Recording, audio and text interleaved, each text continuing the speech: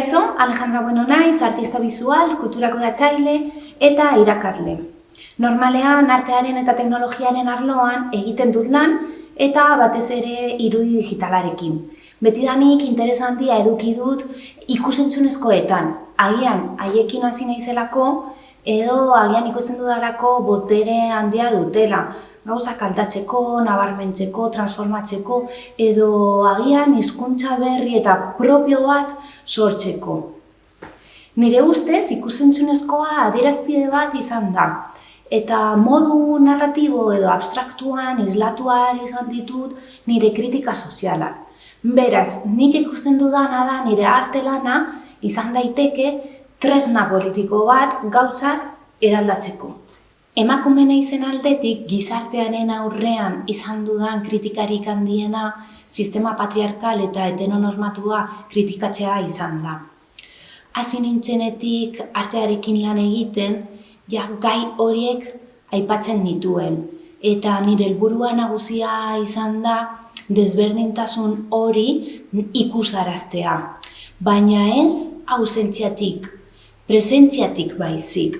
Hau da, emakumeen aniztasuna eta boterea ikusaraziz eta haien lana nabarmenduz. Azken finean, hau komunikazioaren gerrilla bat da. Hedabideetan ez dagoena ez da existitzen.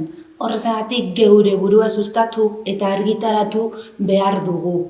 Baina, emakumeak guztiona otan jarri. Eta normaltasuna normalizatu, emakumeak existitzen direla. Izan ere, batzuetan, iruditzen zait anormaltasu batean bizi garela. Baina, batek daki zer den normalizatea edo normaltasuna. Presentziatik lan egiteak eta ez ausentziatik lan egiteak bideoarte feministaren jaialdi bat sortzea ekarri dit, non umoretik eta jabekuntzatik emakumeen istorioak kontatzen dira. Emakumeen botereari eta aniztasunari istorioak dira munduko hainbat latitudeetik. Sinetsita nago emakumeen boterea eta balioa agerian uzten jarraitzen badugu, jabekuntza kolektiboa bultza dezakegula. Eta beharrezkoa da esatea ez zaudela bakarrik, boteretsua zarela, ahaltsua, egiten duzuna mordoa dela, eta errepikatu behar dugu gu geo izaten ausartu gaitezen. Oraindik emakume asko baitaude kontrol patriarkalaren pean. Arte eta feminismoa lantzeak neure burua ahalduntzera eraman nau. Nire kritikak eta nire pentsamenduak askatzeko tresna erosoa izateaz gain, hildo berean lan egiten duten beste lagunekin, borrokalariekin, sare bat sortu dugu. Nik ikusten dudana da, arten maskara bat bezalakoa dela, jantzi eta superheroina bihurtzen zara. Azke izaten laguntzen dizu, eta zu izan nahi duzun pertsona izan zaitezke.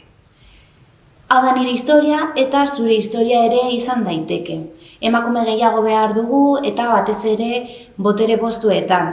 Beraz artearekin salatu eta emakumeen boterea ikusarazi.